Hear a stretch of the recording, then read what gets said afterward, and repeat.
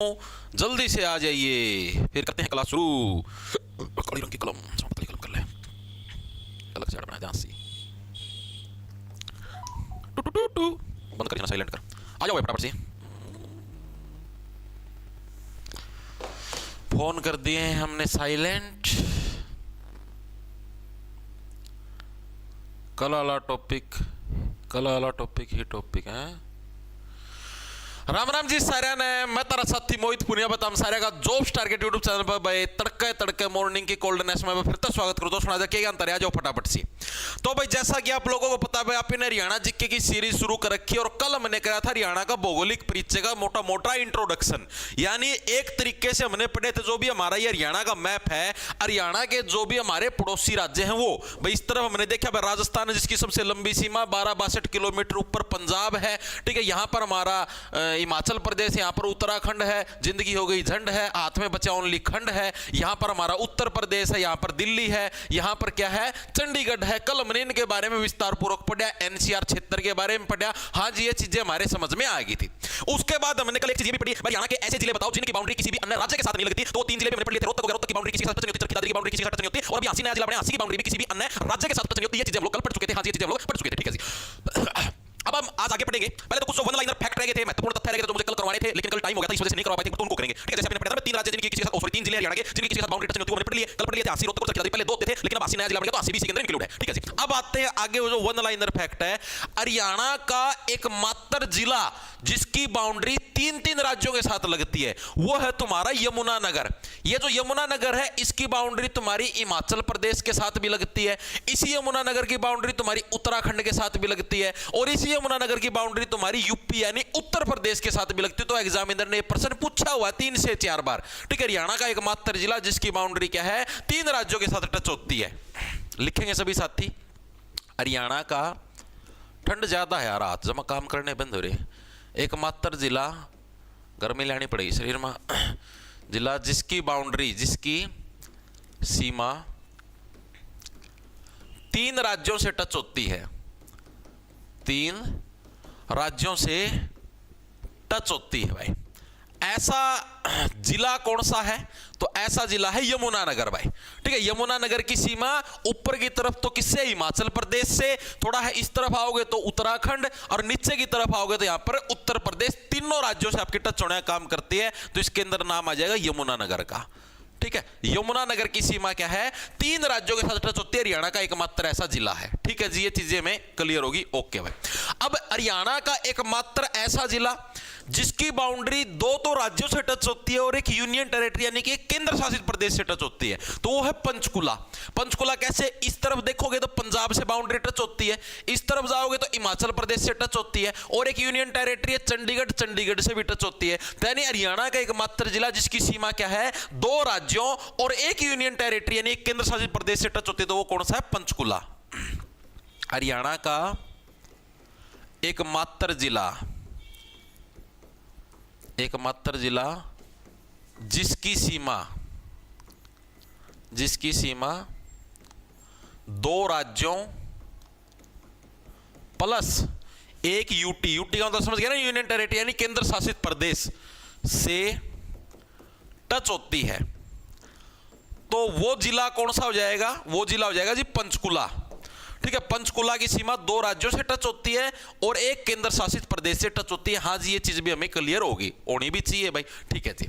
अब हमें कुछ ऐसी चीजें करनी है, देखो वैसे तो बच्चे कितने फैक्ट बना लो, इब्नू भी कह देंगे ऐसे राज्य ऐसे जिले का नाम बताओ जो फलाना है ढिमकाना है, कितने भी बना लो, चाहे बहुत सारे प्रश्न बन जाए, लेकिन सारे अपने को करने की जरूरत नहीं है, क्योंकि मोटी मोटी नॉलेज हम लोगों ने सारी गेन कर ली। जो मेन इंपॉर्टेंट जो एग्जामिनर ने पूछे आज तक प्रीवियस ईयर के हिसाब से, वो ये 2 ही पूछे हैं, ठीक है, इससे अलग नहीं पूछता। अब अपने को करनी है जो इनकी, जो जैसे मान लो ऊपर वाली कौन सी दिशा है, उत्तर दिशा है। ऊपर वाली दिशा कौन सी है, उत्तर दिशा है। उत्तर दिशा का अंतिम गांव, ठीक है। इस तरफ पूर्व दिशा है, हरियाणा की पूर्व दिशा का अंतिम गांव। हरियाणा की दक्षिण दिशा का अंतिम गांव, जैसे नू है भाई, नू के अंदर जमा लास्ट पॉइंट पे कौन सा गांव है। हरियाणा की जो पश्चिम दिशा है, सिरसा का जो लास्ट गांव है, लास्ट बिंदु है, वो कौन सा है, ठीक है। तो ये पूछे जाते हैं एग्जाम के अंदर, तो इनको याद रखना। तो हरियाणा की उत्तरी सीमा पर स्थित अंतिम गांव भी बोल देते हैं, अंतिम बिंदु भी बोल देते हैं, तो यह है शाहपुर।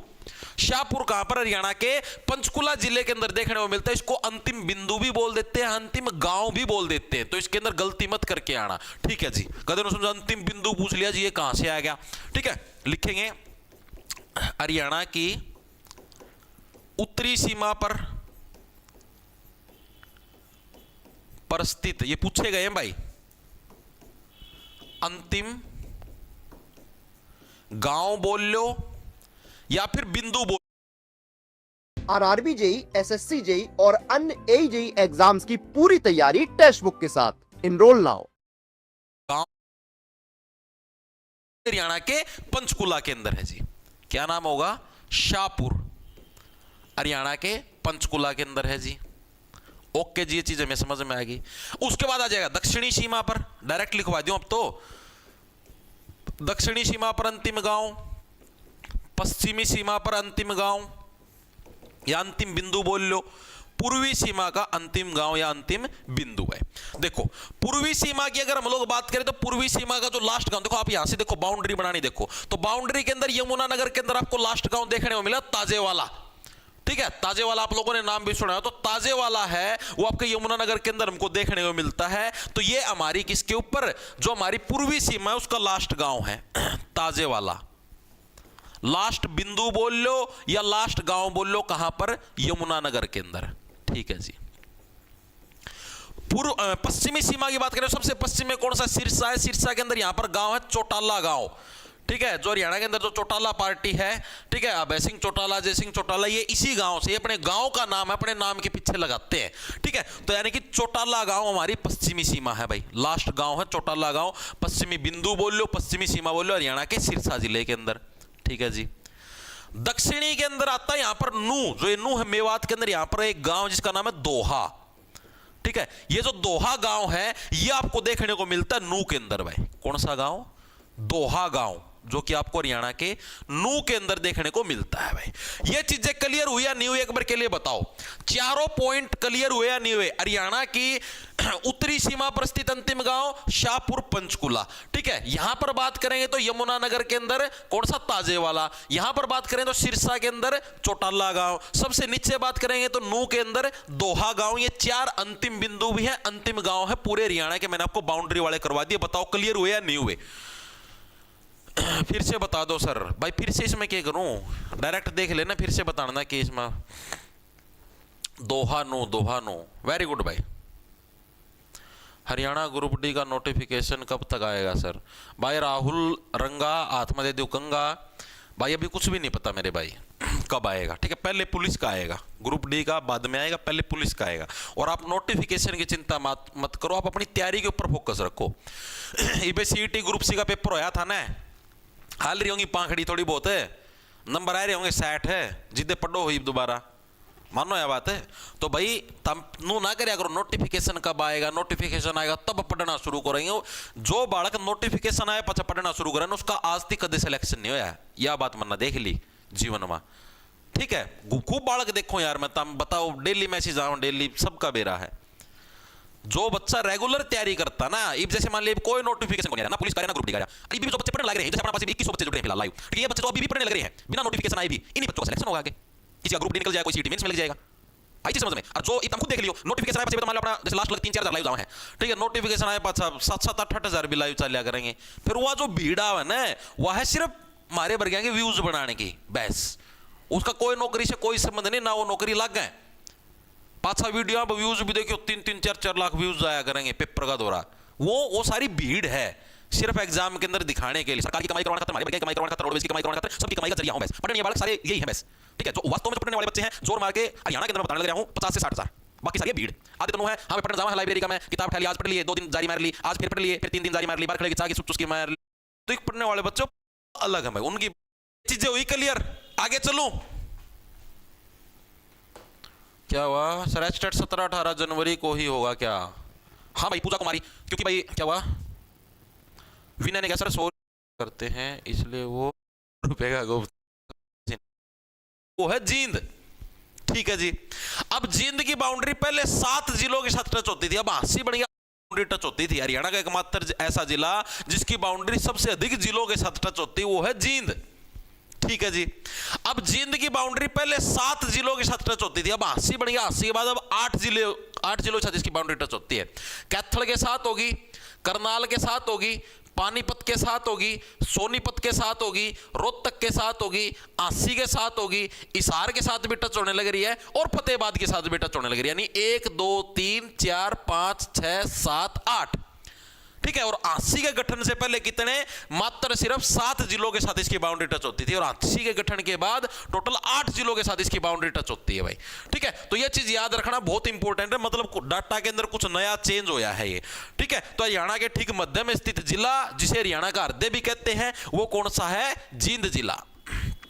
हरियाणा के ठीक मध्य में स्थित जिला, इसको हरियाणा का हृदय भी कहते हैं भाई, हरियाणा हार्ट ऑफ हरियाणा, मध्य में स्थित जिला जिसे एचआर का हृदय भी कहते हैं, हरियाणा का हृदय या फिर इसको हार्ट ऑफ हरियाणा भी बोल देते हैं, हार्ट ऑफ एचआर भी बोलते हैं। तो वो कौन सा है, वो है आपका जींद जिला भाई, ठीक है जी। और जींद जिला कितने जिलों के साथ बाउंड्री टच करता है, ये करता है हरियाणा के 8 जिलों के साथ बाउंड्री टच, वर्तमान सिचुएशन के हिसाब से बता रहा हूं, ठीक है। एचआर के 8 जिलों के साथ बाउंड्री बनाता है, 8 जिलों से सीमा बनाता है भाई ये, ठीक है, जो कि सबसे अधिक है। हरियाणा में सबसे अधिक जिलों के साथ सीमा कौन बनाता है, जींद जिला, ठीक है। हरियाणा के हो गया रहा सीटी के मेंस के बैच पे कोई ऑफर है क्या भाई, फिलहाल तो नहीं है रवि, नए साल पे निकाल देंगे, ठीक है। जो कि क्या है, हरियाणा के 8 जिलों के साथ सीमा बनाता है, हरियाणा के सर्वाधिक जिले हो गए, ठीक है। हरियाणा के 8 जिलों के साथ सीमा बनाता है, सबसे अधिक यहां पर लिख दो ना, सबसे अधिक एचआर के 8 जिलों के साथ बाउंड्री बनाने का काम कौन करता है, जींद करता है। पहले कितने जिले थे, पहले 7 जिले थे, अब 80 नया बन गया, तो 80 बनने के बाद क्या है, आपके पास टोटल 8 जिले हो गए, ठीक है जी। सेकंड नंबर पर कौन सा जिला आता है जो कि सबसे अधिक जिलों के साथ बाउंड्री बनाता है, सेकंड नंबर पर आता है रोहतक भाई, ठीक है। दूसरे नंबर पर रोहतक आता है जो कि हरियाणा के 6 जिलों के साथ बाउंड्री बनाने का काम करता है, जो कि हरियाणा के 6 जिलों के साथ बाउंड्री बनाता है, 6 जिलों से सीमा बनाता है भाई, ठीक है। सेकंड नंबर पर रोहतक है, 2 याद रखने, एक जींद एक रोहतक। रोहतक का और देख लो कारोबार, देखो रोहतक का, देखो सोनीपत के साथ बाउंड्री, जींद के साथ बाउंड्री। अब यहां पर ये क्या नाम है, सीमिटो दिया रहा है, ये तो गलत काम करे भाई इतना, एक सेकंड को 80 को नहीं मिटाना था यार, बड़ी मुश्किल था तो बनया है, अतः मिटाना ला रहा है, शर्म आओ तना, सॉरी भाई सॉरी। ये देखो भाई, अब एक नया ट्विस्ट यह है, पहले रोहतक की बाउंड्री हिसार के साथ टच होती थी, अब रोहतक की बाउंड्री हिसार के साथ टच नहीं होगी, अब रोहतक की बाउंड्री सिर्फ किसके साथ टच होगी, अब रोहतक की बाउंड्री सिर्फ 80 के साथ टच होगी भाई, ठीक है। अब देखो क्या है हमारे पास, रोहतक की सोनीपत, जींद, आसी, भिवानी, चरखी दादरी, झज्जर, ठीक है। 1 2 3 4 5 6 जिलों के साथ बाउंड्री बनाने का काम करता है रोहतक भाई, ठीक है। तो डिफरेंस समझ में आ गया, सबसे अधिक जिले जींद के साथ बाउंड्री बनाते हैं और सेकंड नंबर पर रोहतक के साथ बाउंड्री बनाते हैं, जींद के साथ 8 जिले, रोहतक के साथ 6 जिले। पहले 6 जिलों के अंदर हिसार शुमार था, अब हिसार नहीं बनाता, हिसार के बजाय अब 80 बाउंड्री बनाने का काम।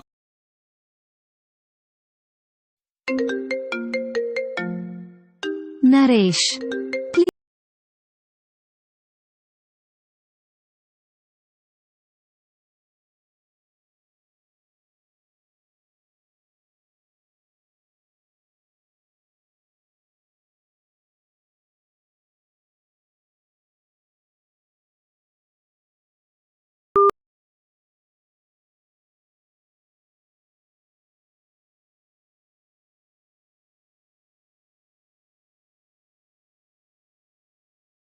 के बजाय अब 80 बाउंड्री बनाने का काम करता है रोहतक के साथ भाई, ठीक है। ये डिफरेंस क्लियर कर लेना भाई, ओके, ठीक है जी।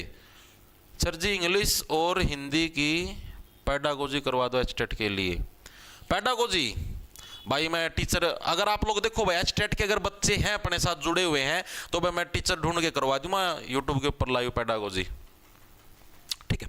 अब जो एक इंपॉर्टेंट जो क्वेश्चन आता है वो ये आता है, अब जो जैसे मैंने आपको बता दिया भाई, उत्तरी बिंदु, दक्षिणी बिंदु, पूर्वी बिंदु, पश्चिमी बिंदु, ये चीज हम लोग पढ़ चुके। अब जो एक नया ट्विस्ट आता है भाई, हरियाणा का एकमात्र ऐसा कस्बा, ये तो गांव है, एक ऐसा कस्बा जो कि तीन ओर से राजस्थान से घिरा हुआ है, तो उसका नाम है फिरोजपुर जिरका। और ये भी कहां पर, यहीं पर नू के अंदर देखने को मिलता है। ये कस्बा एक तीनों ओर से ऐसे राजस्थान से घिरा हुआ है, ठीक है। गांव अलग होता, कस्बा अलग है, छोटा सा कस्बा है, ठीक है। तो लिखेंगे सभी साथी, पूछा जाता है ये हरियाणा का एकमात्र कस्बा,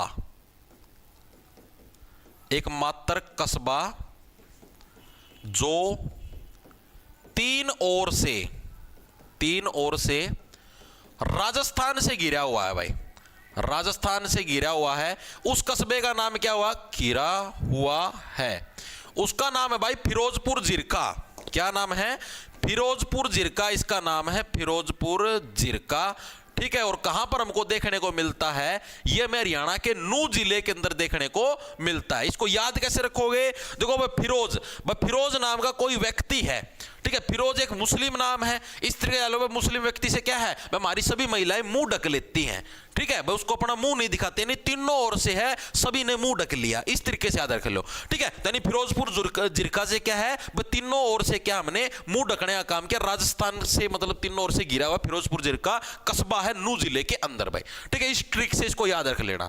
चीजें क्लियर हुई या नहीं हुई, दिमाग के अंदर घुसी या नहीं घुसी, हाँ जी घुसी। अब कल मैंने आप लोगों को बताए थे अलग अलग जिले, अलग अलग राज्य जो हरियाणा के साथ बाउंड्री बनाते हैं। जैसे हमने यहां पर देखा, ये राजस्थान था, यहां पर पंजाब था, ठीक है, यहां पर ऊपर हमारे पास हिमाचल प्रदेश था, और यहां पर एक उत्तराखंड भी था। और मैंने एक चीज बोली थी कि उत्तराखंड है, उसकी हरियाणा के साथ सबसे छोटी बाउंड्री टच होती है, मात्र 11 किलोमीटर की। कल बताई थी, प्रश्न पूछा हरियाणा के साथ सबसे छोटी सीमा कौन सा राज्य बनाता है, उत्तराखंड बनाता है, मात्र 11 किलोमीटर की। ये चीज हम लोग कल पढ़ चुके, ठीक है जी। लेकिन ये जो उत्तराखंड जो बाउंड्री बनाता है ना, ये सारी जलीय सीमा है। जलीय का मतलब समझते हो, क्योंकि देखो यमुनानगर के पास से क्या है, यमुना नदी ऐसे ऐसे बाउंड्री बनाने का काम करती है हरियाणा के अंदर, ऐसे ऐसे यमुना नदी, ठीक है। अब ये जो यमुना नदी है ना, ये एक बॉर्डर का काम करती है यमुनानगर और उत्तराखंड के बीच में, यूके के बीच में, ठीक है। तो आपसे एग्जामिनर ये प्रश्न पूछता है कि हरियाणा का एकमात्र भारत का एकमात्र राज्य है जो कि हरियाणा के साथ पूर्णतः जलीय सीमा बनाता है। जलीय स्थलीय का मतलब समझ गए ना, स्थलीय का मतलब है धरती से धरती भिड़ा है, ठीक है। आड़ा है तारा धरती, और ये जो कर मान लो हरियाणा की धरती और उत्तराखंड की धरती के बीच में पानी की बाउंड्री है भाई, बीच में यानी कि यमुना नदी गुजरती है। तो ये प्रश्न पूछता है एग्जामिनर, भारत का एकमात्र राज्य है जो कि हरियाणा के साथ जलीय सीमा बनाता है। जलीय का मतलब समझ गए, यानी पानी वाली बाउंड्री बनाता हो, धरती का धरती को बिड़ दी, ठीक है। बीच में यमुना नदी नो बनाया दे, उस यमुना नदी का ऊपर पुल बना रखे, उस पुल का माध्यमता है आप हरियाणा से ही उत्तराखंड के अंदर घुसते हैं, ठीक है। तो उत्तराखंड है, लिखेंगे सभी साथी। HR का HR नहीं, भारत का एकमात्र राज्य है, एकमात्र राज्य जो HR के साथ पूर्णतः जलीय सीमा बनाता है, पूर्णतः जलीय सीमा बनाता है, तो वो कौन सा है, वो है तुम्हारा उत्तराखंड भाई, ठीक है। मात्र कितने किलोमीटर की, मात्र 11 किलोमीटर की सीमा बनाने का काम करता है उत्तराखंड, और ये सारी की सारी सीमा कैसी है, जलीय सीमा है, ठीक है जी। चीजें हमें क्लियर होगी भाई। तो हरियाणा का जो पड़ोसी राज्यों से रिलेटेड जो फैक्ट थे, जिलों से रिलेटेड जो फैक्ट थे, वो मैंने आप लोगों को पूरे करवा दिए हैं। अब हम लोग हरियाणा का मोटा मोटा भौगोलिक परिचय करेंगे। हरियाणा का गठन कब हुआ, एरिया कितना है, ये एरिया भारत का कितने प्रतिशत है, ठीक है। ग्लोब के ऊपर भारत की सिचुएशन क्या है, भारत के मैप के अंदर हरियाणा की सिचुएशन क्या है, ठीक है। वो सारी चीजें पढ़ेंगे। हरियाणा को कितने भागों के अंदर बांटेगा भौगोलिक स्थिति के आधार पर, एंड ये सारी चीजें अब हम लोग पढ़ने का काम करेंगे। इतनी चीजें क्लियर है ना हर एक साथी के। चलो आगे। सर मैं SC कैटेगरी की फीमेल कैंडिडेट हूं, मेरे 100.5 आए हैं CPO के पेपर में, तो क्या फिजिकल की तैयारी करूं सर? 12 तारीख को पहली शिफ्ट में थी मेरी, नॉर्मलाइज्ड होके नंबर कम तो नहीं होंगे? भाई देखो इसी का चेक करके बता सकता हूँ भाई, आज शाम तक मेरे को डाटा मिल जाएगा CPO वालों का सारा, ठीक। उसके बाद मैं आप लोगों को बता सकता हूँ भाई किस शिफ्ट वाले के अंदर कितने वाले का मोटा मोटा नंबर आ जाएगा। अभी कुछ भी नहीं बता सकते भाई। सर जी एचटेट के काफी बच्चे करवा देना। चलो भाई पूजा कुमारी करता हूं मैं बात, ठीक है। सर जी आपको बैच चेंज के लिए बोला था, मैसेज सीन नहीं कर रहे हैं। कोई बात नहीं भाई, आज अभी दोबारा मैसेज कर देना, ठीक है। वो हेल्पलाइन नंबर पे करना, करवा देंगे चेंज, ओके। लेकिन बैच के अंदर भी वो होता है कि सर जी ऐप पर मैथ की क्लास के अलावा कोई और क्लास लाइव नहीं लगती क्या? श्वेता जी अभी इंग्लिश का सिलेबस परसों खत्म होया है, इंग्लिश की लाइव लगती थी, रीजनिंग का सिलेबस भी खत्म हो चुका है, ठीक है। मैथ का सिलेबस ये समझो 31 दिसंबर से पहले खत्म हो जाएगा, ठीक है। इंडिया जीके का सिलेबस भी खत्म हो चुका है, लगभग बैच का सारा सिलेबस खत्म हो चुका है भाई, तो लाइव अब कैसे लगेगी? अब मेरे को ये बताओ श्वेता कि ये डेली नए नए बच्चे बैच ले हुए हैं, जैसे मान लिया आज आपने बैच ले लिया, कल कोई और ले होगा, परसों कोई और ले होगा, तो हम यार डेली नए नए दोबारा तो सिलेबस करवाई जावांगे, ये दोबारा तो फिर लाइव आपके लिए अलग से डाउट ग्रुप बना रखा है। आप डाउट ग्रुप में मैसेज करो, क्लास देखो, आपको कोई चीज़ नहीं आती डाउट ग्रुप में मैसेज करो, ठीक है।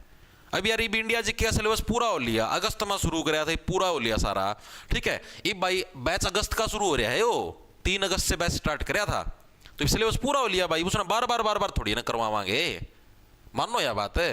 अब डेली नए बालक लेवा हैं, अब डेली दोबारा थोड़ी ना शुरू करवाऊंगा मैं। रीजनिंग का भी पूरा हो लिया, इंग्लिश का अभी परसों खत्म होया, last topic subject verb agreement करवाया है सर ने। अब इंग्लिश की भी लाइव क्लास लगनी बंद होगी, तब को इंग्लिश की भी नहीं लगती जी। ये मैथ का बच रहा है तो मैथ की लगेगी, रीजनिंग का भी हो गया, सारा हो गया, कंप्यूटर का भी हो लिया, साइंस का भी हो लिया। अब तभी तो मैंने मेंटरशिप स्टार्ट कर रखी है। मेंटरशिप का मतलब क्या होता है? मेंटरशिप का मतलब ये है बट डेली सुबह आपको सिंपल सा है, ठीक है। अब जैसे हिंदी है, हिंदी का सिलेबस वैसे तो हो चुका है। पहली चीज तो हरियाणा का गठन कब हुआ था, पहली मोटी सी चीज है, सीधी सी बात है, हरियाणा गठन कब हुआ था सभी को पता, मेरे हिसाब से A to Z सभी बच्चों को 1 नवंबर 1966 को क्या है हरियाणा का गठन हुआ था। कब हुआ था?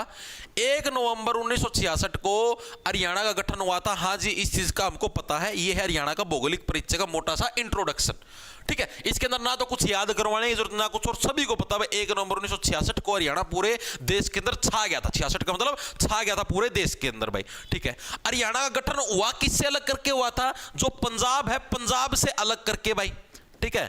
पंजाब से अलग करके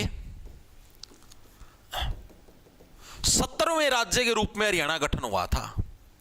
17वें राज्य के रूप में गठन पूछा जाता है ये प्रश्न, ठीक है। हरियाणा का गठन जब हुआ था तो हरियाणा है देश का कौन सा राज्य बना था? 17वें नंबर का राज्य बना था, यानी इससे पहले 16 राज्य थे भारत के अंदर, ठीक है। और जब हरियाणा गठन होता, हरियाणा पंजाब से अलग करके 17वें राज्य के रूप में इसका गठन किया गया। अब आप जब भारत का मैप देखोगे तो भारत के मैप के अंदर आप देखोगे जैसे ये था पूरा पंजाब, जैसे मान लिया भाई ये पूरा पंजाब था, ठीक है। तो पंजाब का जो ये वाला हिस्सा है ना, ये वाला हिस्सा, ये वाला जो हिस्सा है, ठीक है, जिसको बोलते पूर्वी पंजाब, पूर्वी पंजाब। अरे जैसे पूर्वी पंजाब का तो समझ गए, अब पंजाब का ये वाला हिस्सा हुआ, इसको पश्चिम बोलेंगे। भारत का मैप दिमाग में रखा करो तो ये पश्चिम वाला हो जाएगा। ऊपर की तरफ नॉर्थ पंजाब है, नीचे की तरफ साउथ पंजाब है, इस तरफ जाओगे तो पूर्वी पंजाब है। तो पंजाब का जो पूर्व वाला जो भाग था ना, इसको अलग करके हरियाणा का गठन किया गया है। यानी पंजाब के 2 हिस्से बना दिए भाई, एक तरफ जो पश्चिम वाला भाग हो तो बन गया पंजाब, और जो पूर्व वाला भाग है इसको बना दिया हमने हरियाणा। तो आपसे एग्जाम के अंदर पूछा जाता है कि जब पंजाब से जो अलग किया गया हरियाणा, वो पंजाब का कौन सा हिस्सा था? पश्चिमी हिस्सा था या पूर्वी हिस्सा था? तो हरियाणा का गठन क्या है? पूर्वी पंजाब को अलग करके किया गया है, यानी जो पूर्वी पंजाब जो था हिस्सा, ठीक है, उसको हरियाणा बना दिया गया एक तरीके से। चीजें समझ में आ गई, ठीक है। इस चीज को थोड़ा समझा करो, दिमाग के अंदर भारत का मैप लगाया करो, ठीक है, उससे आपको चीजें और अच्छे समझ में आएंगी। तो कैसे गठन हुआ मैंने आपको बताया, पंजाब के पूर्वी हिस्से को अलग करके इसका गठन किया गया था। पंजाब के पूर्वी हिस्से को रटने की जरूरत ही नहीं पड़ेगी भाई, अगर चीजों को समझ के करोगे तो। अलग करके गठन किया गया था। Shop top sarees and get up to 25% off on your first order on Meesho. Download now. चीज़ समझाने लगे रहे तो रटने की जरूरत है को नहीं। रटने की जरूरत, ऐसा जो डाटा है इसको रटने की जरूरत पड़ती है। 17वां राज्य था, इसको रटने की जरूरत पड़ेगी। ठीक है, तो यानी कि ये कैसे 17वें का मतलब हरियाणा को बहुत ज्यादा सताया गया, 17 का मतलब सताना, तब जाके क्या हरियाणा का गठन किया गया 17वें राज्य के रूप में। ठीक है, पूर्वी पंजाब जो हिस्सा था उसको अलग करके। ठीक है जी, कौन सा संविधान संशोधन हुआ जब इसका गठन हुआ? तो ये आपका 18वां संविधान संशोधन था। 17वां राज्य, संविधान संशोधन 18वां। ठीक है, 18वां संविधान संशोधन कब हुआ? साल 1966 के अंदर 18वां संविधान संशोधन 1966 के तहत क्या है आपका हरियाणा का गठन हुआ एज ए 17वां राज्य। ठीक है, 18वां संविधान संशोधन, 17वां आपका राज्य, इसके रूप में इसका गठन हुआ। हाँ जी, ये चीजें हमको क्लियर होगी, दिमाग के अंदर घुस गई। ठीक है जी, अब मैंने आप लोगों को ये चीज कल भी पढ़ाई थी कि हरियाणा का क्षेत्रफल कितना है, हरियाणा का एरिया कितना है, सभी को पता है कितना। क्या ट्रिक बताई थी भाई? 2 लिखो, 2 लिखो, इसका डबल कर दो 4, इसका डबल कर दो 4, बीच में लगा दो 1, 44,212 वर्ग किलोमीटर। कल बताया था, डायरेक्ट भी याद रख लो, जिसके डायरेक्ट याद नहीं तो इस तरीके से 44,212 वर्ग किलोमीटर क्या है हरियाणा का एरिया है। लेकिन अब एग्जामिनर ने जैसे अब की बार जो सीईटी का ग्रुप सी का जो प्री वाला पेपर था उसके अंदर यह प्रश्न पूछा था भाई हरियाणा का क्षेत्रफल है भारत के क्षेत्रफल का कितने प्रतिशत है परसेंटेज के हिसाब से? तो भारत का जो पूरे भारत का जो एरिया है, पूरे भारत के एरिया का मात्र 1.34% है हरियाणा, 1% समझ लो बस। ठीक है, तो यानी कि वर्ग किलोमीटर है जो कि भारत के क्षेत्रफल का, भारत के एरिया का, एरिया मतलब क्षेत्रफल हो गया, एरिया का 1.34% है। 1.34% ये पूछा गया था भाई। ठीक है, तो इस चीज को दिमाग के अंदर सेट रखना। क्या चीज बोल ली मैंने? हरियाणा का जो एरिया है वो कितना है? 44,212 वर्ग किलोमीटर, जो कि भारत के एरिया का कितना है? 1.34% है भाई। पूछा गया था ये प्रश्न, तभी मैं आपको करवाने लग रहा हूं। ठीक है जी, अब ये जो हरियाणा की जो आकृति है, आप ये मैप के अंदर देखने लग रहे हो हरियाणा। ठीक है, इसकी शेप कैसी है? इसकी शेप है कैसी? जैसे एक तो ये क्या बन गया, जैसे मान लो एक ऐसे बन गया, एक ऐसे बन गया, एक ऐसे बन गया और एक ऐसे बन गया। ये ऐसी ऐसी क्या शेप बनेगी? रेक्टेंगल टाइप बन गया। रेक्टेंगल क्या बोले? चतुर्भुज बोल लेंगे। ठीक है, लेकिन चतुर्भुज की जो सारी भुजाएं वो एक जैसी नहीं है, विषम बाहु। विषम बाहु का मतलब भाई ओड, भाई सारी समान नहीं है। देखो, एक तो समबाहु, समबाहु का मतलब जिसकी सारी भुजाएं समान हो, विषम बाहु का मतलब जिसकी सारी भुजाएं समान ना हो। तो इसकी शेप कैसी है? विषम बाहु चतुर्भुज की तरह। ठीक है, तो हरियाणा की शेप पूछ ले तो कैसे बताओ, क्या बताओगे? हरियाणा की जो आकृति है, आकृति कैसी है? विषम बाहु चतुर्भुज की तरह। विषम बाहु चतुर्भुज की तरह क्या है? चतुर्भुज, चतुर्भुज ये क्या है? इसकी आकृति है। ठीक है जी, आकृति भी हमको क्लियर होगी। ठीक है जी, चतुर्भुज में छोटी यू की आ जाएगी शायद, देख लियो मात्रा, या चतुर्भुज छोटी आ होगी इसमें। ठीक है, आकृति कैसे? विषम बाहु चतुर्भुज। ठीक है जी, अब हम लोग देखते हैं इसकी ग्लोब के ऊपर लोकेशन क्या है। अब पहले तो ग्लोब के ऊपर लोकेशन के लिए आपको यहां पर ग्लोब बनाना पड़ेगा। ग्लोब बनाता हूं मैं तुम्हारा, तुमको मतलब अच्छे से विस्तार पूर्वक समझाऊंगा, टेंशन ना लो। अगला पन्ना पर समझा दूं, अगले पन्ने के ऊपर आओ। देखो, ये हो गया हमारे पास ग्लोब। ठीक है जी, ग्लोब हो गया ये। अब ग्लोब के ऊपर 2 लाइनें होती हैं, 2 टाइप की। एक तो ये वाली लाइन है, एक सेकंड रुको।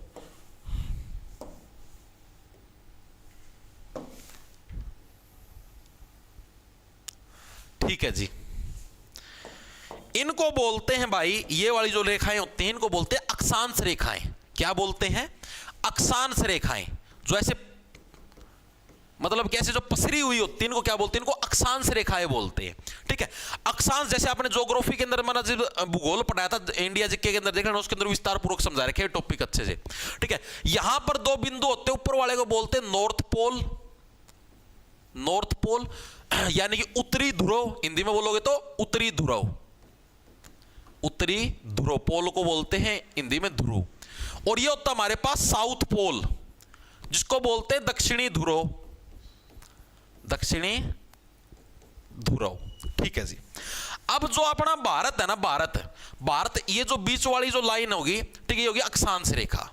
ठीक है जी, अब यहां पर जो रेखाएं होती हैं, अब जैसे कुछ दूरी पर रेखाएं होती हैं अलग अलग। जैसे मान लिया ये जो दूरी है, यहां पर एक रेखा हो जाएगी, एक सेकंड रुको, जैसे ठीक ठीक है, इसको बोलते हैं कर्क रेखा। कर्क रेखा थोड़ा इस तरफ लिख दूं ताकि अभी भारत का मैप भी बनाऊंगा। ये होगी तुम्हारे पास कर्क रेखा, ठीक है जी, जिसको बोलते हैं ट्रॉपिक ऑफ कैंसर।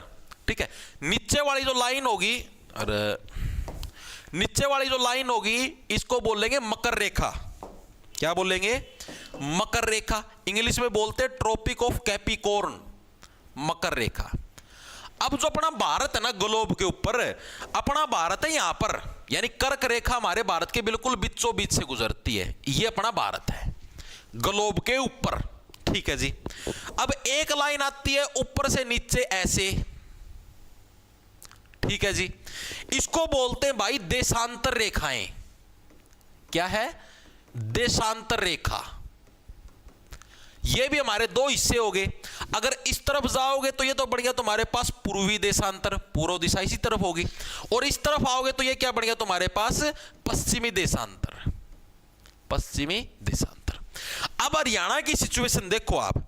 हरियाणा की सिचुएशन सीधी सी ये है भाई, एक तो क्या जो अक्षांश है, अगर हम अक्षांश देखें, ये बीच वाली रेखा अक्षांश है, तो इससे क्या है? भारत का मैप है, ये पूरा भारत का मैप है, ये जो मैंने आपको चौकोर बना के दिखा दिया, ठीक है। ये ऊपर की तरफ है, यानी सीधी सी बात है, हरियाणा की अगर हम बात करें तो ये क्या है? उत्तरी अक्षांश में है, ठीक है। ऊपर की तरफ उत्तर पोल हो गया, यानी ये जो मेन लाइन है अक्षांश के हिसाब से, ऊपरला उत्तरी अक्षांश, निचला दक्षिणी अक्षांश, तो यानी किस में है? उत्तरी अक्षांश के अंदर है, ठीक है। तो पहली चीज यहां पर लिखा जाता है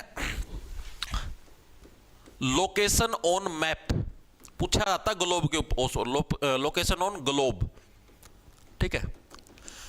पहली लोकेशन आपसे पूछेगा अक्षांश के हिसाब से बताओ, अक्षांश के हिसाब से। दूसरी पूछेगा देशांतर के हिसाब से, बहुत इंपॉर्टेंट है, ठीक है जी। तो मैंने बताया अक्षांश के हिसाब से किस अक्षांश के अंदर है? उत्तरी अक्षांश। पूरा भारत है उत्तरी अक्षांश में है भाई, तो हरियाणा तो उत्तरी अक्षांश में होना ही होना। यानी कि अगर हम लोग बात करें तो किस अक्षांश के अंदर हरियाणा की लोकेशन ग्लोब के हिसाब से उत्तरी अक्षांश के अंदर हमको देखने को मिलता है, ठीक है जी।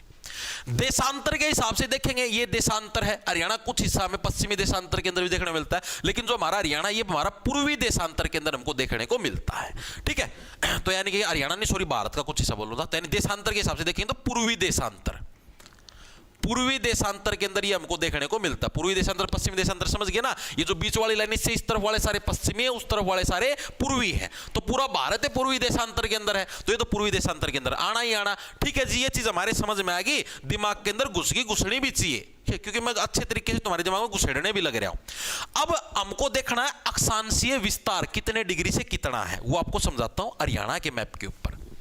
जैसे ये हरियाणा का मैप है, एक बार के लिए यहां पर मैं इस गंदगी को साफ कर लेता हूं थोड़ी बहुत, जो मैंने खिंडा रखी है, क्लीन चिट करके समझाऊंगा आपको अच्छे से।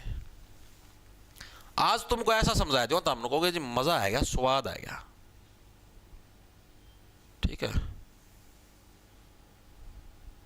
ये देखो भाई, अब ये जो लाइन है ना, ये जो लाइन है, ये जैसे यह बना दूं इधर, ये जो लाइन है, या पीली पीली रंग की दिख गई होगी, इसमें सही दिखा ना वीडियो में, ठीक है जी। ये जो पीली रंग की लाइन है, ये तुम्हारी, ये इस तरफ वाली जो लाइन होगी कौन सी होगी? ऊपर से नीचे वाली चलने लग रही है, ठीक है। ये क्या होगी तुम्हारी? बोलो। वेरी गुड, वेरी गुड, शाबाश शाबाश शाबाश,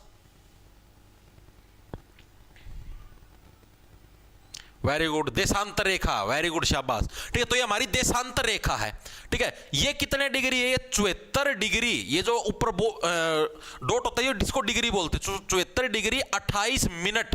मिनट के लिए एक डंडा लगाते हैं, सेकंड की बात करेंगे जैसे मान लीजिए 30 सेकंड है तो इसके लिए 2 डंडे लगाएंगे, लेकिन सेकंड के अंदर हम लोग नहीं देखते, ठीक है। 74 डिग्री 28 मिनट, ठीक है। दूसरी लाइन है वो यहां पर है, ठीक है। ये ऊपर से नीचे वाली सारी यही तो है देशांतर लाइनें, ऊपर से नीचे वाली सारी देशांतर लाइन है, अभी मैंने आपको बताई, ऊपर से नीचे ग्लोब के हिसाब से बताने लगे रहा हूं, ठीक है। तो 74 डिग्री 28 मिनट से लेकर 77 डिग्री 36 मिनट, 77 डिग्री 36 मिनट वाली लाइन है तुम्हारी ये वाली, ठीक है जी। चीज हमको समझ में आ गई।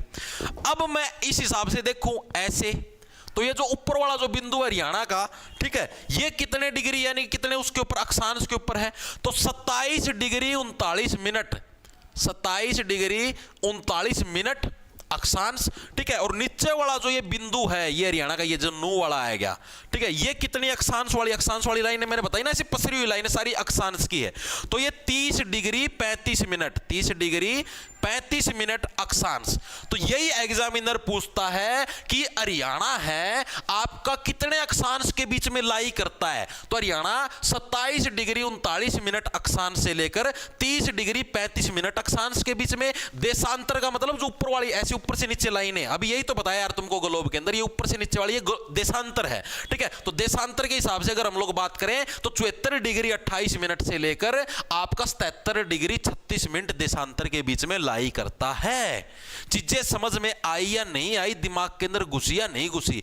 आज तुम्हारे कंसेप्ट क्लियर होया भाई 74 डिग्री और 77 डिग्री क्या होता है भाई, इनके बीच में हरियाणा ये देशांतर वाली लाइन है ऊपर से नीचे, और ये वाली लाइनें अक्षांश वाली लाइनें हैं, ठीक है। घुसी दिमाग के अंदर। और अभी इनको याद करने की ट्रिक भी बताऊंगा, याद कैसे रखोगे, ठीक है। अब मैंने क्या बोला भाई, अक्षांश के हिसाब से देखें तो कितने से कितने अक्षांश के बीच में हो गया, 27 डिग्री 39 मिनट, 27 डिग्री 39 मिनट से लेकर 30 डिग्री, ठीक है, 30, ये जो सर्कल बनाने लगे उसका तो डिग्री है, 30 डिग्री 35 मिनट इसके बीच में लाई करता है। इसको याद रखने की ट्रिक सिंपल सी, आपके पास ऑप्शन आएंगे तो कंफ्यूज होने की जरूरत नहीं है, सिर्फ ये याद रखना भाई 3 डिग्री का फर्क आएगा, 3 डिग्री का डिफरेंस, 27 के बाद 28 29 30, 3 डिग्री का डिफरेंस आ गया। इसी टाइप से अगर हम देशांतर की बात करें तो 74 डिग्री 28 मिनट, मैं ऐसे ही याद करता था, ऑप्शन आओ तो ऑप्शन में से एलिमिनेट हो जाए है, ठीक है। 74 डिग्री 28 मिनट से लेकर कहां तक, 77 डिग्री 36 मिनट, 77 डिग्री 36 मिनट। ये याद रखना कि यहां पर भी कितने का, 3 का गैप है, 74 और 77 के बीच में 3 डिग्री का गैप है। ये गैप याद रखना बस। ऑप्शन आओगे 4, रटने की जरूरत है को नहीं यार, ऑप्शन आओगे 4, ऑप्शन में तो डायरेक्ट एलिमिनेट हो जाएगा।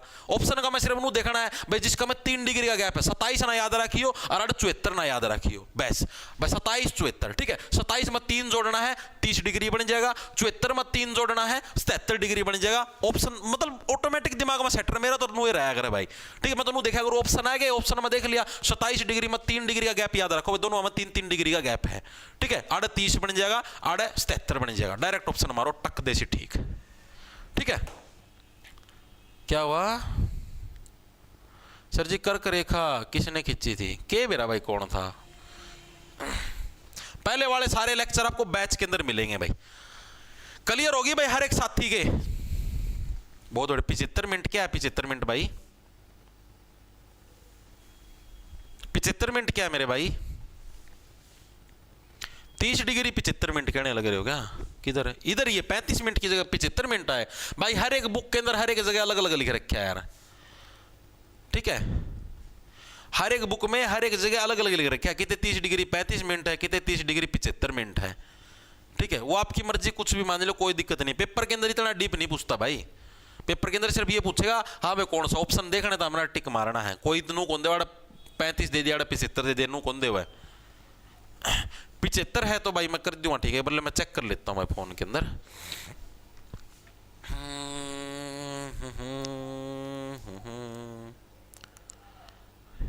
एक सेकंड रुको, अरे भाई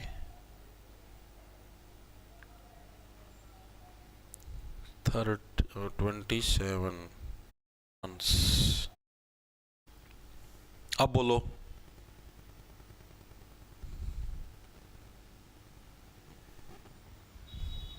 लॉन्गिट्यूड आपका देशांतर की बात करें 74 डिग्री 28 से लेकर 77 डिग्री 36, भाई सही है भाई। अगर ऐसा है तो कोई दिक्कत की बात नहीं पड़ लो, ठीक है, ठीक है सर, ओके आगे चलो भाई, ठीक है।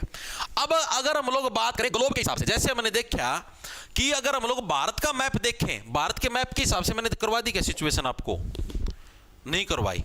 अगर हम लोग भारत का मैप देखें तो भारत के मैप के अंदर हरियाणा कहां पर है, जैसे मान लिया ये भारत का मैप है, ठीक है। भारत के मैप के हिसाब से हरियाणा यहां पर है, जी बिल्कुल सही है। तो दिशाओं के हिसाब से कौन सा जगह, ऊपर उत्तर दिशा है, ठीक है जी, इधर पश्चिम दिशा है, ठीक है जी।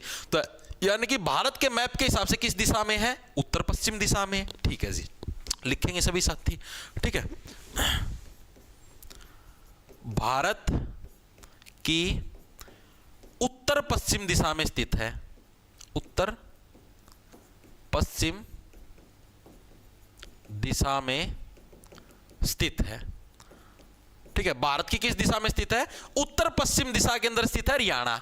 ठीक है जी, किसकी बात करने लग रहे हैं? स्थित है एचआर, एचआर की हम लोग बात करने लग रहे हैं। ओके, अब मैं ग्लोब के हिसाब से बात करूं तो ग्लोब के हिसाब से कौन सी दिशा आ जाएगी भाई?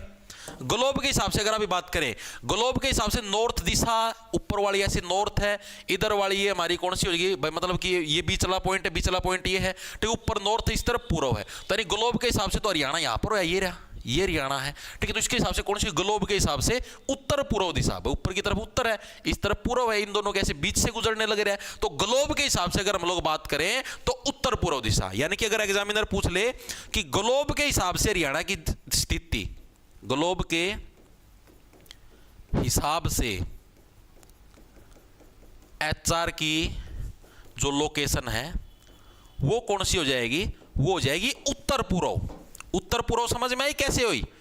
ग्लोब के हिसाब से उत्तर पूर्व, भारत के मैप के हिसाब से उत्तर पश्चिम भाई। ठीक है, ये क्लियर हुई? इसके अंदर किसी साथी को कोई डाउट हो, कोई भड़क हो, कोई भी डाउट हो तो आप मेरे को बता सकते हो। हाँ जी, इतना सिस्टम हमको समझ में आया या नहीं आया, एक बार के लिए बताओ।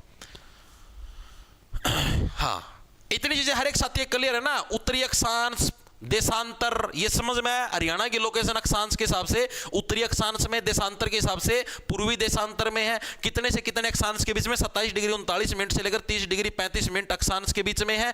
ठीक है, यहाँ पर 74 डिग्री 28 मिनट से लेकर 77 डिग्री 36 मिनट पूर्वी देशांतर के बीच में है। ठीक है, देशांतर को इंग्लिश में लॉन्गिट्यूड बोल देते हैं, अक्षांश को इंग्लिश में लैटिट्यूड बोल देते हैं। ठीक है, 74 डिग्री 28 73 डिग्री 36 हरियाणा पुलिस 2021 में आया था। विषम राजपूत आया था भाई, मैं तो कहने लगे रहा हूं, पूछे जाऊं भाई। ठीक, तभी तो बोलिया मैंने आप लोगों को। ओके, क्लियर है ना? क्लियर तो मैं आगे चलूं भाई। ठीक है जी, बहुत बढ़िया, वेरी गुड भाई। अब अगर मैं जैसे हरियाणा के क्षेत्रफल की बात करूं तो क्षेत्रफल हमने देखा था 44,212, जो कि भारत के एरिया का लगभग 1.34% है। ठीक है जी, ये चीज हमको समझ में आ गई। अब जो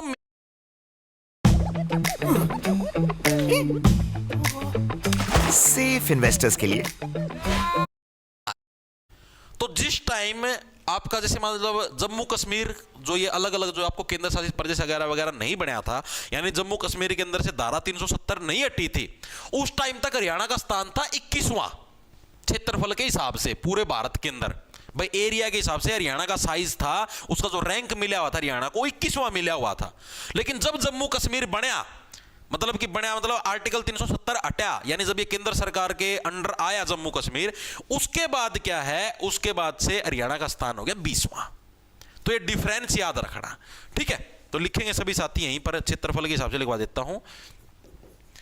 एरिया के हिसाब से एचआर का रैंक है हरियाणा के भारत के अंदर। भारत का मतलब कौन से नंबर का सबसे बड़ा राज्य हो गया? तो हरियाणा का रैंक है आपका 20वां। ठीक है, J&K से जम्मू कश्मीर से 370 हटने से पहले 21वां था। ठीक है, ये चीज भी ब्रैकेट में लिख लो भाई, क्या पता आपसे पूछ ले भाई धारा 370 हटने से पहले कौन सा रैंक था? तो 21वां। वर्तमान सिचुएशन देखें तो उसके हिसाब से 20वां रैंक है हरियाणा का पूरे भारत के अंदर। ठीक है जी, ये चीज भी हमको क्लियर होगी। इतना सौदा हर एक साथियों क्लियर है? जी हां, बिल्कुल क्लियर है। बहुत बढ़िया, बहुत बढ़िया। 35%, क्या है 35% भाई?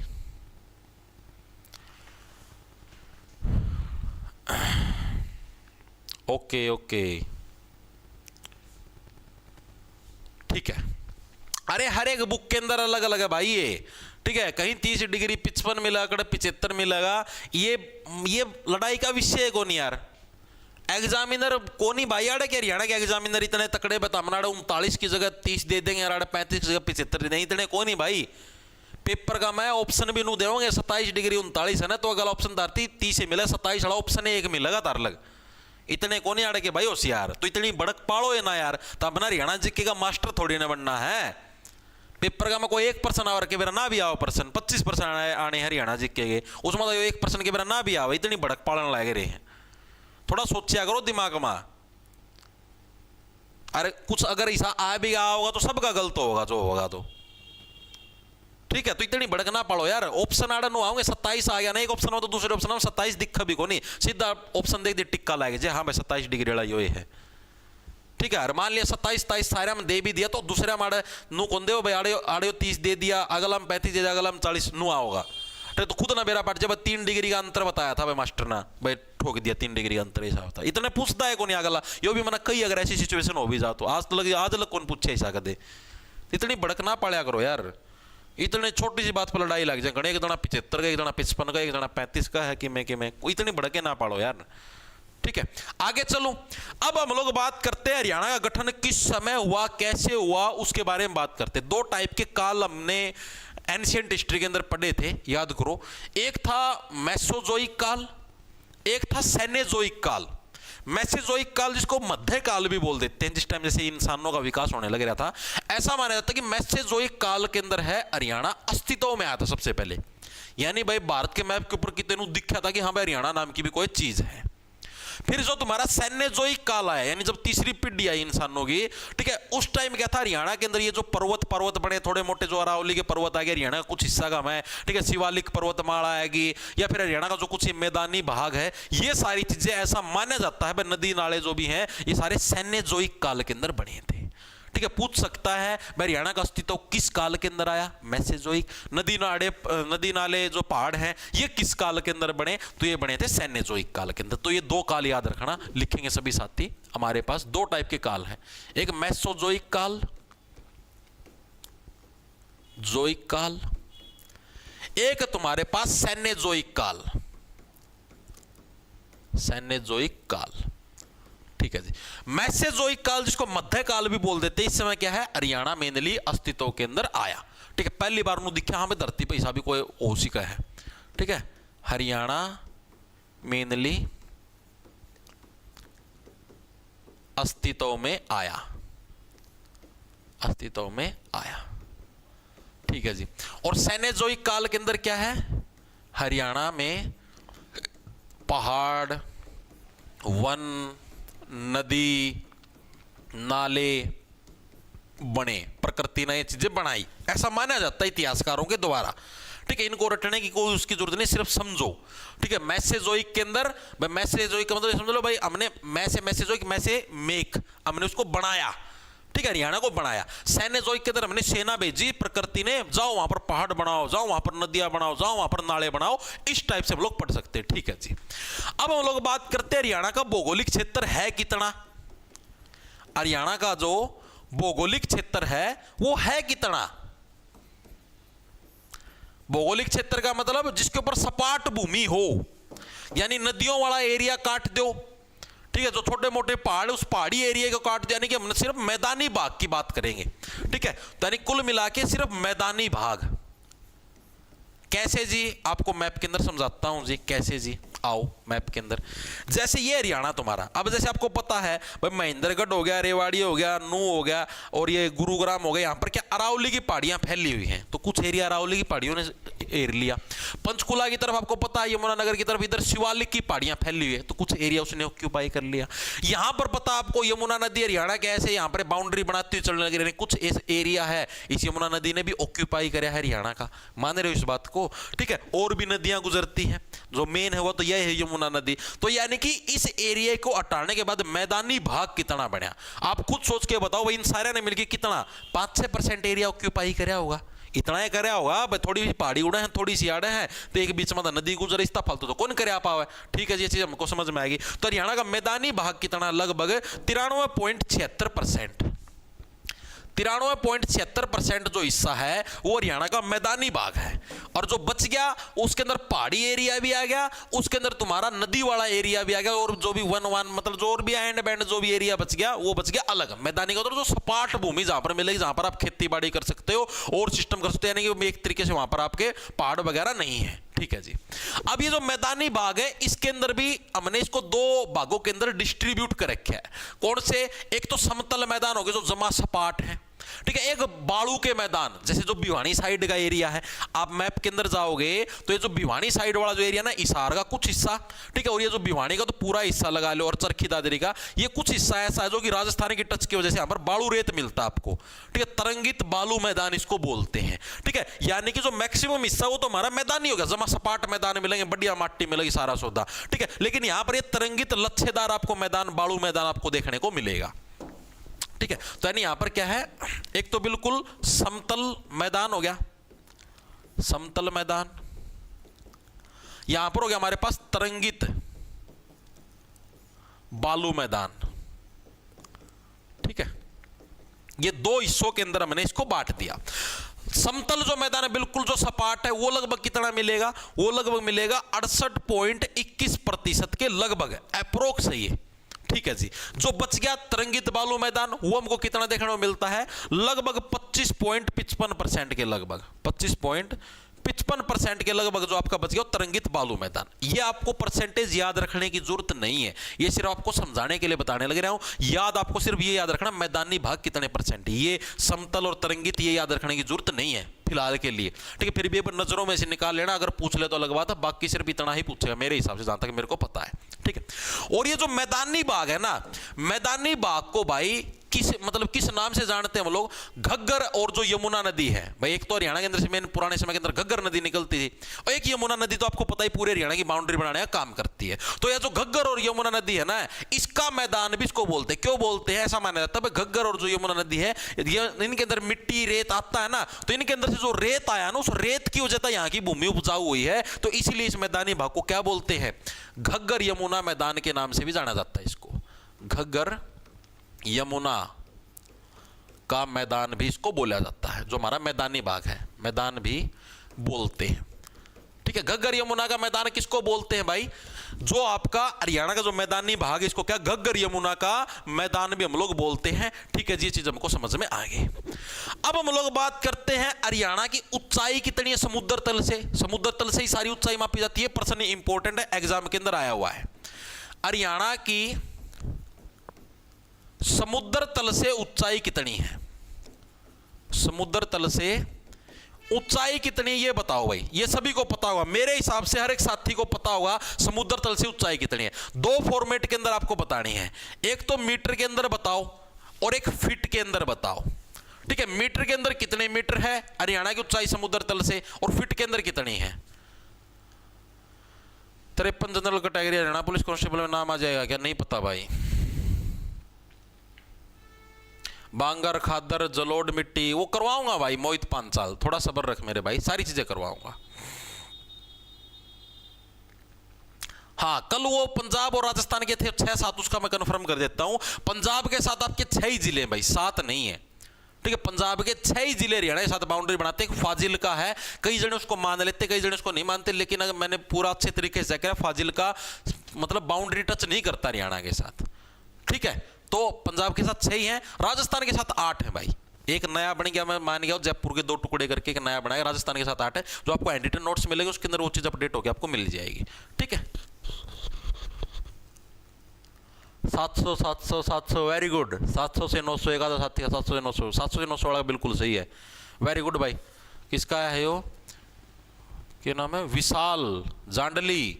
जांडली कौन सी था, छोटी जांडली एक बडली जांडली, दीपिका दातेन। 700 से 900, वेरी गुड भाई। देखो अगर मीटर की अंदर बात करें तो 700 से 900 मीटर की ऊंचाई है समुद्र तल से देखने मिलती है, पूछा गया प्रीवियस ईयर के अंदर, ठीक है। इंपॉर्टेंट मैं पहले बताने लग रहा हूं, प्रीवियस ईयर के अंदर पूछा गया 700 से 900 मीटर के अंदर बात करें तो 700 से 900 मीटर समुद्र तल से ऊंचाई है।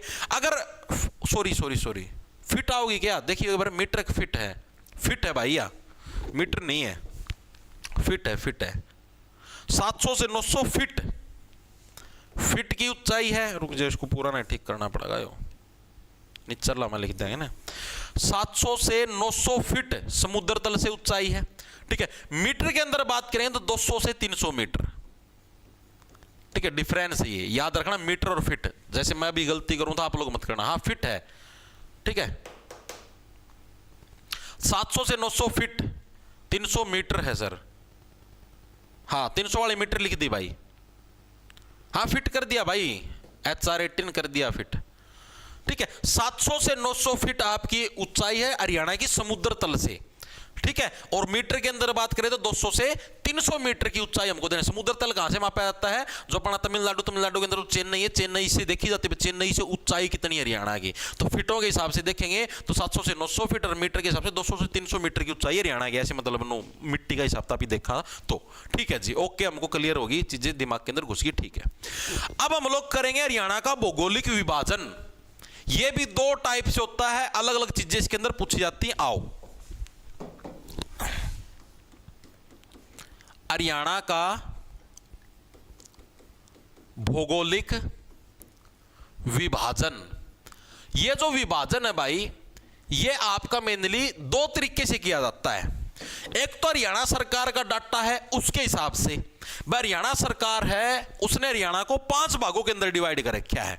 5 भाग कैसे जी? जैसे एक बना दिया शिवालिक का क्षेत्र बना दिया, एक तरंगित मैदान बना दिए, एक गिरिपादीय मैदान बना दिए, एक अरावली क्षेत्र बना दिया। इस टाइप से मतलब 5 भागों के अंदर हरियाणा को डिवाइड कर दिया। भाई ये हिस्सा, भाई शिवालिक का एरिया हो गया, ये मैदानी भाग हो गया, ये गिरिपादीय मैदान है, ये अरावली का क्षेत्र हो गया भाई नीचे वाला एरिया। इस हिसाब से हरियाणा को 5 भागों के अंदर बांटा है। फिर एक साइंटिस्ट साहब हैं, ठीक है, उन्होंने हरियाणा को 8 भागों के अंदर बांटने का काम किया है। तो इन भागों के बारे में हमको पढ़ना पड़ेगा, ठीक है, जो कि पूछा जाता है भाई हरियाणा सरकार के अनुसार हरियाणा को मतलब कितने भागों के अंदर बांटा गया? 5 भागों के अंदर, ठीक है। वो साइंटिस्ट के हिसाब से हरियाणा को कितने भागों के अंदर बांटा गया है? 8 भागों के अंदर, ठीक है।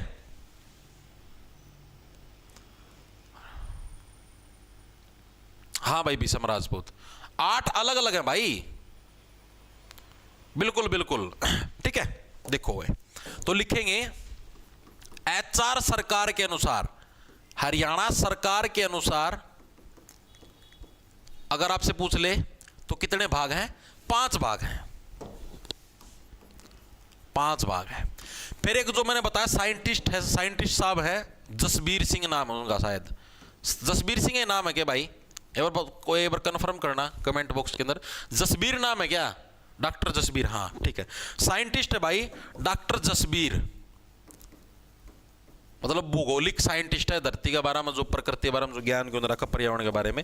इसके अनुसार इन्होंने हरियाणा को 8 भागों के अंदर डिवाइड करे। पूछा जाता है भाई कि हरियाणा सरकार के अनुसार टोटल हरियाणा को कितने भागों में बांटा गया है? 5 में, ठीक है। डॉक्टर जसबीर के अनुसार हरियाणा को कितने भागों के अंदर बांटा गया है? 8 भागों के अंदर। तो ये आपको याद रखना है, ठीक है। अब इसके जो 5 भाग है उसके अंदर से हम लोग आज सिर्फ 1 भाग करेंगे, ठीक है। जो बच गया, जो मतलब बचोड़े जो 4 भाग है और इसके जो 8 भाग है उनके बारे में हम लोग कल पढ़ने का काम करें। तो इसका जो 1 भाग है, जो पहला भाग है, आज हम सिर्फ उसके बारे में पढ़ेंगे जिसका नाम है शिवालिक क्षेत्र, या जिसको बाहरी हिमालय भी बोल देते हैं, ठीक है। यानी जो पहला भाग है वो कौन सा है? शिवालिक क्षेत्र, इसका पहला भाग है, ठीक है। शिवालिक क्षेत्र जिसको हम लोग क्या बोलते हैं? जिसको बाहरी हिमालय भी बोल देते हैं। बाहरी हिमालय यानी हिमालय का बाहरी हिस्सा, एक्सटर्नल पार्ट। शिवालिक क्षेत्र के बारे में अब हम विस्तार पूर्वक पढ़ेंगे एक्सप्लेनेशन के साथ। बस शिवालिक क्षेत्र है क्या, कैसे क्या कुछ बनया था, सारी चीजें विस्तार पूर्वक हम लोग देखेंगे। शिवालिक क्षेत्र मेनली हमको देखने को कहां पर मिलता है? हरियाणा के अंदर। हरियाणा के जो 3 हिस्से हैं, ठीक है, सॉरी 3 जिले हैं, कौन कौन से? आओ ये रे, एक तो पंचकुला, थोड़ी व्हाइट कलम ले लेता हूं, एक तो पंचकुला के अंदर फैला हुआ है, एक अंबाला के अंदर, एक यमुनानगर के अंदर। इन 3 जिलों के अंदर ऐसे ऐसे शिवालिक की पहाड़ियां फैली हुई, जैसे ये सारी क्या है? शिवालिक पहाड़ियों के एरिया के अंदर आएगी भाई, ठीक है। तो आपसे पूछे भाई शिवालिक पर्वतमाला हरियाणा के कितने जिलों के अंदर फैली हुई? तो हरियाणा के 3 जिलों के अंदर फैली हुई। कौन कौन सी? पंचकुला के अंदर, अंबाला के अंदर, यमुनानगर के अंदर। हरियाणा की किस दिशा के अंदर शिवालिक पर्वतमाला है? तो हरियाणा की जो उत्तरी दिशा है, या फिर आप इसको उत्तर पूर्व दिशा भी बोल सकते हो, उत्तरी दिशा, उत्तरी हरियाणा के अंदर आपको शिवालिक पर्वतमाला देखने को मिलती है। नीचे जो हिस्सा है ये, यहां पर आपको अरावली पर्वतमाला यानी कि दक्षिणी हिस्से के अंदर अरावली पर्वतमाला देखने। दोनों के अंदर डिफरेंस समझ में आया? उत्तरी हिस्से की बात करेंगे शिवालिक, भगवान शिव है भाई हिमालय पर्वत के अंदर है, तो इस तरह यानी शिवालिक पर्वतमाला ऊपर। जो बच गई अरावली वह निचला हिस्सा में, गुड़गांव हो गया, गुड़गांव को तो आपको पता है रेवाड़ी का प्रवेश दो, उसका क्या नाम है?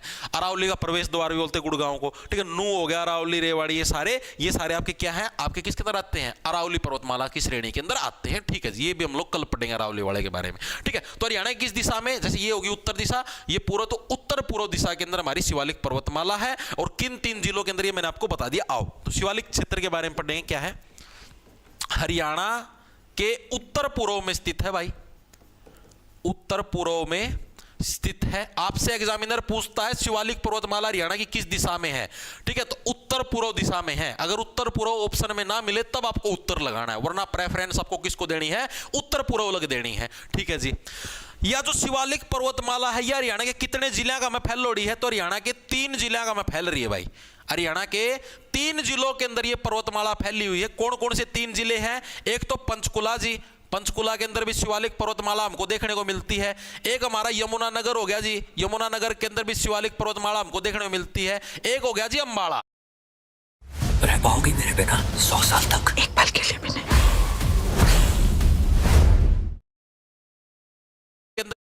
समझ में आ गई। अब ये जो शिवालिक पर्वतमाला है इसकी ऊंचाई कितनी है, मतलब ये जो पहाड़ियां हैं हरियाणा के अंदर इनकी ऊंचाई कितनी देखने को मिलती है, ये पर्सन एग्जामिनर पूछता है अक्सर। कितनी हमको देखने को मिलती है, तो 900 से 1100 मीटर, फुट नहीं अभी मीटर है। 900 से 1100 मीटर की ऊंचाई है शिवालिक पर्वतमाला की, हमको देखने को मिलती है। बहुत इंपॉर्टेंट है, बहुत ज्यादा इंपॉर्टेंट। कैसे याद रखोगे, बस शिवालिक की पहाड़ियों के ऊपर चढ़ना नॉट अलाउड। 900 का मतलब नॉट अलाउड भाई, no no no no no 900 no no no no भाई, नॉट अलाउड। शिवालिक की पहाड़ियों के ऊपर नहीं चढ़ना, बहुत ऊंचाई, बहुत ठंड है, गिर जाओगे चोट लग जाएगी, ठीक है। 900 से 1100 मीटर आपकी इसको ऊंचाई देखने को मिलती है, ठीक है। और शिवालिक का मतलब जो शिवालिक की जो पहाड़ियां हैं इसने हरियाणा के भौगोलिक क्षेत्र का कितना एरिया ऑक्यूपाई कर रखा है, कितना एरिया, मतलब जैसे ये जो व्हाइट हिस्सा ये हरियाणा के टोटल, मतलब जो टोटल हरियाणा का एरिया उसके कितने हिस्से के ऊपर है, तो लगभग 1.67% हिस्से के ऊपर ये शिवालिक पर्वतमाला, ठीक है। जो ये सारा एरिया जो इन 3 जिलों का में फैल रही है ये लगभग 1.67%, जैसे हरियाणा का एरिया 44,212 वर्ग किलोमीटर है तो उसका लगभग 1.67% का जो उतना एरिया के ऊपर शिवालिक पर्वतमाला तो हमारा देखना मिलेगी भाई, ठीक है जी। और ये कितनी है, HR के हरियाणा के 1.67% हिस्से पर है, ठीक है। यानी 44,212 है, उसका 1.67% का लो, इतने वर्ग किलोमीटर एरिया के ऊपर हमना शिवालिक पर्वतमाला देखना मिलेगी, ठीक है जी। यह चीज भी हमको समझ में आएगी, ठीक है। अब ये जो शिवालिक पर्वतमाला है इसको 2 भागों के अंदर डिवाइड किया गया है, ठीक है भाई। पूछ ले शिवालिक पर्वतमाला को कितने भागों के अंदर, 2 भागों के अंदर डिवाइड करेगा। कौन कौन से 2 भाग, पहला भाग तो हो गया ऐसी चोटियां जो कि 600 मीटर से अधिक है, जैसे अभी आपने अरावली पर्वतमाला का सीन भी देखा हो, सुप्रीम कोर्ट ने बोला 100 मीटर से जो नीचे की चोटी उसके अरावली के अंदर कंसीडर ही नहीं करना, ठीक है। तो वही सेम सिस्टम है, शिवालिक पर्वतमाला के भी 2 हिस्से हैं। एक तो जो 600 मीटर तक ऊंची चोटी है, ठीक है, उनको बोलते हैं उच्च शिवालिक पर्वतमाला। एक होती निम्न शिवालिक पर्वतमाला, निम्न के अंदर कौन सी आती है, जो 400 से 600 मीटर की जो चोटी है, ठीक है। तो शिवालिक पर्वतमाला के भी क्या आपको 2 भाग देखने को मिलते हैं, 2 भाग हैं। कौन कौन से, एक तो उच्च, एक आपका निम्न। उच्च के अंदर कौन से आते हैं, 600 मीटर से ज्यादा वाले, 600 मीटर से अबो, इसका मतलब समझो 600 मीटर से ज्यादा।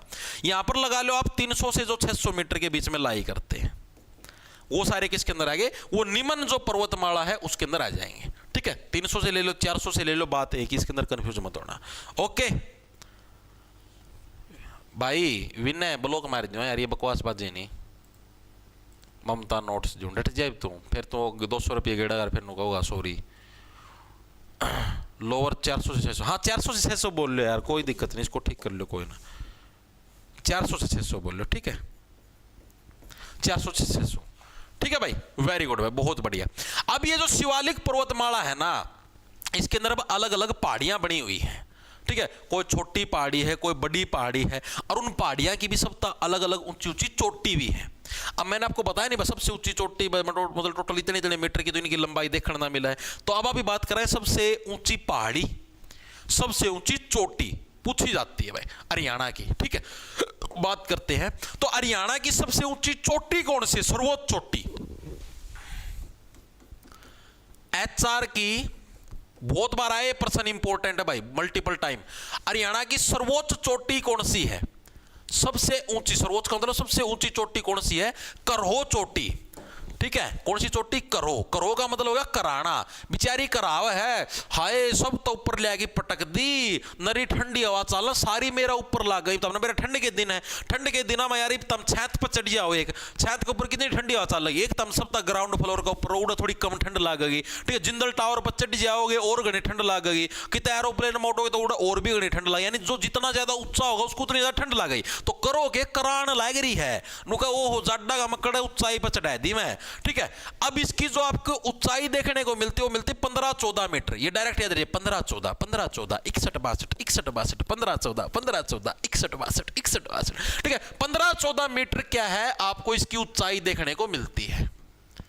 ठीक है, लेकिन इसकी जो वास्तविक ऊंचाई वो 14-67 मीटर है, लेकिन HSSC 15-14 मानती है तो अपने को 15-14 ही माननी, 14-67 तो वैसे भी याद रखने की जरूरत नहीं है। HSSC ने हर साल इसकी डाटा के हिसाब से 15-14 माननी है, फिर भी अगर आप लिखना चाहो तो लिख सकते हो 14-67 मीटर। ये इसकी वास्तविक ऊंचाई है, वास्तविकता में इतनी है। ठीक है, लेकिन HSSC है आपकी वो 15-14 ही मानती है। ठीक है, तो पेपर के अंदर आपको अगर ऑप्शन दिखेगा तो 15-14 ही दिखेगा, 14-67 नहीं दिखेगा। ठीक है, बिल्कुल बिल्कुल बिल्कुल। और ये जो करो चोटी है ये किस पहाड़ी के ऊपर है भाई? तो हरियाणा की जो सबसे ऊंची पहाड़ी होगी वो कौन सी होगी? मोरनी हिल्स। ये भी शिवालिक की पहाड़ियों के अंदर ये सारी हिल्स हाल्स।